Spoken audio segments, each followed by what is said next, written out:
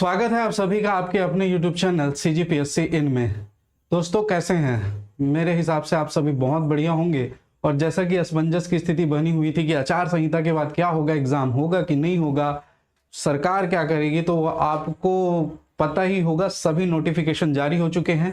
सहकारिता विभाग apex bank की भर्ती जो स्थगित थी 15 तारीख को होने वाली थी, वो 29 को बहुत जल्दी उसका एग्जाम हो रहा है।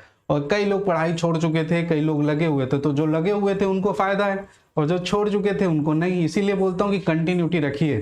तो हम जो है दोस्तों अभी कुछ ही दिन बचे हैं, 7 से 8 दिन, तो ये पूरा ब्रह्मास्त्र अंतिम प्रहार होगा हमारे एग्जाम पर। और एक एक सब मोस्ट इंपॉर्टेंट है सीजी लैंग्वेज जो क्वालिफाई है। जीएस में तो आप बहुत ज्यादा पढ़ लिए, और इसमें जो ट्रिक्स है, जो एक एक सब्जेक्ट का मैं एक एक दिन एक एक ट्रिक्स के माध्यम से आपको पूरा क्लियर कर दूंगा। तो ये वीडियो पूरा देखिए, एक भी प्रश्न नहीं छूटेगा, ये निश्चित है। आप सिर्फ वीडियो को आराम से देख लीजिए, ठीक है। तो वीडियो पसंद आएगा तब आप अंतिम में लाइक या शेयर करिएगा, नहीं आएगा तो आपको सुझाव दीजिएगा। लेकिन मैं श्योर बोलता हूं दोस्तों, आप पुराने पेपर उठा के देख लीजिए, सारे क्वेश्चन बन जाएंगे, ठीक। तो चलिए स्टार्ट करते हैं। संज्ञा, संज्ञा क्या है दोस्तों? संज्ञा है क्या?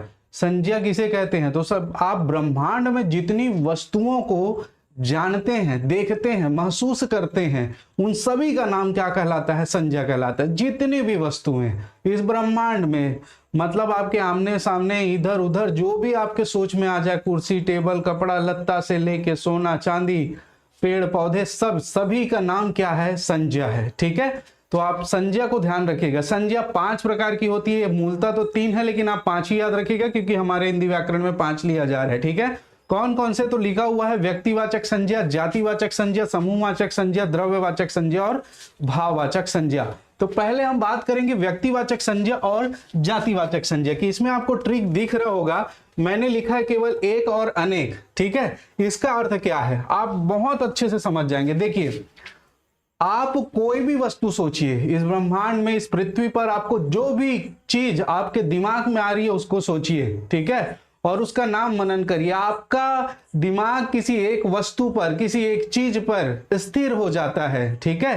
किसी एक चीज पर स्थिर हो जाता है, उसका कोई दूसरा नहीं है, या दूसरा उसकी और कोई भी प्रकार या कोई भी चीज नहीं है, तो वो क्या हो जाएगा? व्यक्तिवाचक संज्ञा होगा। और एक से अधिक चीज आपको दिखाई देती है आपके दिमाग में उस चीज का, तो वो क्या हो जाएगा? जातिवाचक संज्ञा हो जाएगा। बहुत ढंग से और बहुत अच्छे से समझिएगा, ठीक है। मैं उदाहरण से समझाता हूं। जैसे मैंने कहा महानदी, ठीक है, महानदी, महानदी कहा तो ये किसमें स्थिर हो गया? एक ही नदी आप जानते हैं महानदी की। गंगा भी आपके दिमाग में आ रहा है कि शिवनाथ भी आपके दिमाग में आ रहा है? नहीं आ रहा है। तो केवल एक नदी आपके दिमाग में आ रही है, महानदी। तो महानदी क्या हो जाएगी? व्यक्तिवाचक संज्ञा। और जैसे ही मैंने कहा नदी, ठीक है, नदी, तो नदी से आपके दिमाग में क्या आया? केवल एक नदी आ रहा है क्या? कि केवल गंगा की, केवल जमुना? नहीं, तो ये आपके पास पूरी नदियों की श्रृंखला आ गया। अब क्या हो गया? ये जातिवाचक संज्ञा हो गया, ठीक है। जैसे मैंने कहा बुधारू, ठीक है, बुधारू, तो बुधारू जिस नाम को आप जानते हैं बुधारू, या राम सिंह जिस नाम को जानते हैं, जिसको जानते हैं, केवल वही व्यक्ति आपके दिमाग में आएगा।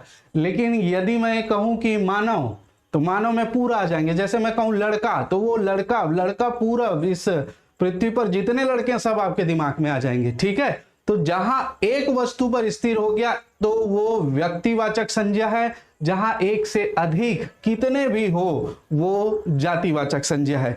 यहां पर कुछ चीजें मैं लिख देता हूं ताकि आप लोग इसका नोट्स बना के इस ट्रिक को याद रख सकें। जैसे मैंने कहा राम सिंह, नाम से स्टार्ट करें, जैसे राम सिंह, ठीक है, तो ये राम सिंह एक होगा। लेकिन मैं कहूं मनुष्य, मनुष्य कहूं या मानव कहूं तो क्या हो जाएगा? बहुत सारे। जैसे मैं कहूं महानदी, तो महानदी क्या है? एक है। जैसे मैं कहूं नदी, तो नदी क्या है? बहुत सारे, जाती है, कई सारी नदियां हैं। जैसे मैं कहूं बहुत सारी चीजें इसमें आ जाएगी, नदी है। जैसे मैं कहूं रामायण, ठीक है, रामायण, तो रामायण केवल एक पुस्तक विशेष।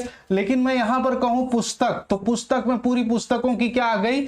जाति आ गई। बहुत ढंग से समझेंगे, ठीक है। जैसे मैं कहूं सिहावा या मैकल पर्वत श्रेणी, जो भी आप लिख लें, तो सिहावा पर्वत ही आया। लेकिन मैं यहां पर कहूं पर्वत, तो फिर आप पर्वत में पूरे के पूरे जो है वो आ जाएंगे। और इसमें जैसे मैं कहूं उत्ती, उत्ती, ठीक है, बुढ़ती, ये सभी क्या हैं?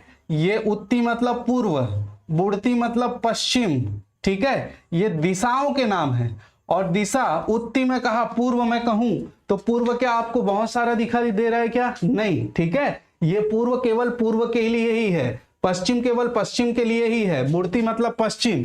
और लेकिन मैं कहूं दिशा, दिशा तो दिशा कई सारी हो सकती है, पूर्व दिशा, पश्चिम दिशा, तो ये क्या हो जाएगी?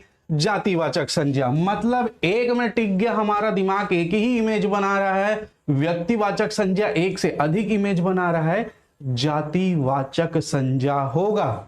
ठीक है, ध्यान रखिएगा बहुत ढंग से। ठीक, अब चलिए, अब एक ध्यान रखने वाली एक बात कि आप जातिवाचक संज्ञा के ही दो भेद हैं, समूहवाचक संज्ञा और द्रव्यवाचक संज्ञा, इसी के ही भेद हैं। ठीक है, तो इसको कैसे हैंडल करना है देखिए, यहां पर मैं लिख दिया हूं, जिसको गिना जा सके। आपके मन में कोई भी चीज, कोई भी शब्द आया जिसको आप गिन सकते हैं, ठीक है, वो किस में रख देंगे? समूहवाचक में। जिसको मापा तौला जा सके, गिना नहीं जा सके, उसको किस में रख देंगे? द्रव्यवाचक में। आंख मूंद के रख दो। ठीक है, परिवार गिन सकते हो, माप सकते हो, गिनते हैं ना, 4 लोग 5 लोगों से परिवार बना, 10 लोगों से बना। सभा, ठीक है, यहां 300 लोगों की सभा हुई है ना, तो गिनते हैं ना। राज्यसभा, लोकसभा, सभी के सभी समूहवाचक संज्ञा में आएंगे। ठीक है, छत्तीसगढ़ी में देखें, बर्दी, गोहड़ी, ठीक है, जोथा, झोरफा, ये सभी किस में आएंगे? समूहवाचक संज्ञा में आएंगे। ठीक है, जोथा मतलब आमक झोथा फरे, आमक झोथा मतलब अब्बड़ का नामक, आमल गिनवे ना, है ना, आमल गिनवे ना, जोथा मतलब गिनवे। हालांकि ये तौल के दिया जाएगा, ठीक है, लेकिन जोता जो शब्द है वो समूहवाचक का शब्द होगा, आम भले द्रव्यवाचक का होगा। आप ढंग से समझिएगा, आम तौलते हैं तो वो समूहवाचक, लेकिन जोता क्या है? वो गिन सकते हैं उसको, तो ये किस में हो जाएगा? समूहवाचक में, और आम जो है वो द्रव्यवाचक में। इसको बहुत ढंग से ध्यान रखेंगे। ठीक है, तो जिसको गिना जा सके, जैसे परिवार है, जैसे सभा है, समिति है, पुलिस है, पुलिस है ना, इसको गिन सकते हैं हम लोग। बर्दी, गाय मन के समूह बर्दी, गोहड़ी, गाय मन के समूह गोहड़ी की थे। ठीक है, दावन, छत्तीसगढ़ी में ही शब्द मन लपूस थे, दावन। ठीक है, जैसे जोथा, जोथा, झोरफा, ये शब्द जो है वो इसमें आपको देखने को मिलेंगे। लेकिन हम ये देखें मापा तौला जा सके। अब मापा तौला में आप जितना भी चीजें आप जानते हैं सब लिख लीजिए जी, जितने भी खाने पीने की चीज है, जितना भी पिज्जा बर्गर से लेकर सब के सब मापा तौला में आएगा। ठीक है, जितना भी खनिज है, खनिज आप जितना भी जानते हैं, लोहा, पीतल, आयरन, कांच वगैरह से लेके जितने खनिज जानते हैं सब द्रव्यवाचक में आएगा, क्योंकि उसको माप तोल सकते हैं। मैं ये लिखने का कोई अर्थ नहीं है, आप केवल ये जान लीजिए इसको माप तोल सकते हैं। आप देखिए खाने पीने चीज को आप गिनते हैं क्या? 1 चावल 2 चावल माप के लेते हैं ना भाई, समझ में आ रहा है ना। और वैसे ही हम खनिज, खनिज को क्या गिन के निकालते हैं क्या? मापते हैं, तौलते हैं, 1 ton 2 ton 4 ton 5 ton 1 litre 2 litre. ठीक है, तो इन सबको मापा जाता है। इसके अलावा आभूषण, जितने भी आभूषण हैं सब इसी में आएंगे। ठीक है, जितने भी आभूषण हैं सब इसी में आएंगे। इसके अलावा जितने भी वस्त्र आप पहनते हैं, वस्त्र, वो सभी के सभी जिसको मापा और तौला जा सके वो सीधा सीधा द्रव्यवाचक में रख देना, आंख मूंद कर। ठीक, अब देखिए यहां पर जो प्रश्न फंसेगा, एक ही चीज याद रखिएगा। जैसे आपके पास आ गया पानी, ठीक है, जैसे आपके पास आ गया पुलिस, तो पुलिस की जाति होती है। ठीक है, रेलवे पुलिस, लोकल पुलिस, ठीक है, पाकिस्तानी पुलिस, अमेरिका की पुलिस, तो पुलिस की जाति होती है, तो ये जातिवाचक है। लेकिन पुलिस जो है पहले तो समूहवाचक है ना। पुलिसों को मतलब पुलिस जो संख्या है उसको कहा जाते हैं, जो पुलिस में भर्ती होते हैं उनको पुलिस। ठीक है, वो उस राज्य की पुलिस, तो वो पहले संख्या है, परिवार है, समूह है। ठीक है, तो ये पुलिस किस में आएगा? समूहवाचक संज्ञा में। वैसे ही ले ले पानी, ठीक है, तो पानी किस में आएगा? द्रव्यवाचक में, पीने वाली चीज है। ठीक, अब इसका ये दोनों प्रश्न आ गए और इसी प्रकार से तो आप पानी अगर आया और पानी में जातिवाचक संज्ञा भी है और द्रव्यवाचक संज्ञा भी है, तो आप निश्चित तौर पे इसको पहले द्रव्यवाचक ही लेंगे। इस बात को गांठ बांध लीजिए। और यदि द्रव्यवाचक नहीं है तब आप जातिवाचक जाइएगा। कोई भी आपका आंसर गलत नहीं कर सकता। ठीक, वैसे ही पुलिस पहले आया तो पुलिस पहले आया तो आप समूहवाचक में जाइए, समूहवाचक ऑप्शन में नहीं है तब आप जातिवाचक में जाइए, उसके बाद उसकी जाति देखी जाएगी। ठीक है, पहले तो उसका कैसे बनी है, जैसे सभा की बात करें तो सभा में कितने लोग थे, कितने लोगों से सभा बनी है। परिवार की बात करें तो पहले लोगों से परिवार बना है, तब उसके बाद उसकी जाति देखी जाएगी कि ये छोटा परिवार है, बड़ा परिवार है, ये कैसा परिवार है। ठीक है, तो याद रखिएगा। अब यहां पर देखिए, दोनों मेरे ख्याल से क्लियर है, नहीं क्लियर होगा तो आप कमेंट कर दीजिएगा, मैं और बता दूंगा, कोई टेंशन लेने वाली बात नहीं। भाववाचक संज्ञा, भाववाचक संज्ञा में महसूस किया जा सके, मतलब जिसको ना छू सकते हैं, जिसको ना टच कर सकते हैं, छूना मतलब टच करना, जिसको ना देख सकते हैं, वो क्या हो जाएगा, भाववाचक। केवल महसूस किया जा सकता है, जैसे माया, माया मतलब प्रेम, दया, ठीक है, माया दया।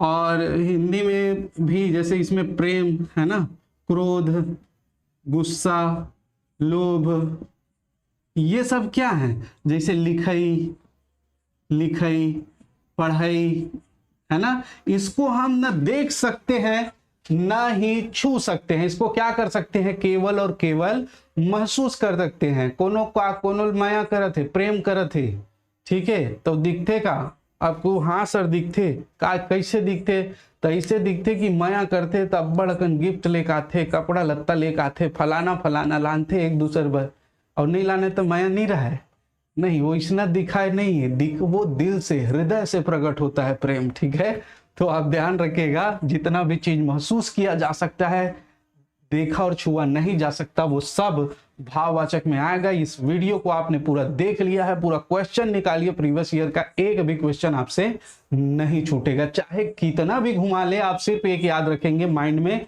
एक चीज दिखा व्यक्तिवाचक, दो चीज से ज्यादा दिखा जातिवाचक, अगर उसको गिना जा सकता है समूहवाचक, खाने पीने तौला मापा जा सकता है द्रव्यवाचक, और जिसको न देखा जा सकता है न सुना जा सकता है भाववाचक। ठीक, तो ये था हमारा आज का वीडियो दोस्तों। मेरे ख्याल से आपको वीडियो पूरा पसंद तो जरूर आया होगा, और दूसरा एक लाइक जरूर कर देंगे पसंद आया तो, और कमेंट्स कर दीजिएगा मित्रों, कमेंट्स बहुत ज्यादा आवश्यक होता है, प्लीज कमेंट्स कर दीजिएगा। ठीक है, चाहे जो आपके जो भी सुझाव हो, अच्छा लगा हो, बुरा लगा हो, जैसा भी है, लेकिन कमेंट कीजिएगा। तो आज के लिए इतना ही, आप सभी का बहुत बहुत धन्यवाद। लेकिन नेक्स्ट सीरीज आएगी तो जो भी नए बंदे हैं वो बेल आइकॉन हिट कर ले और सब्सक्राइब जरूर कर लें, ताकि नेक्स्ट वीडियो आपको मिल सके। ये 7-8 दिन मोस्ट इंपॉर्टेंट चीजें आपको मिलने वाली है इसी प्रकार से छत्तीसगढ़ी व्याकरण के। तो चलिए, जय हिंद, जय भारत, जय छत्तीसगढ़।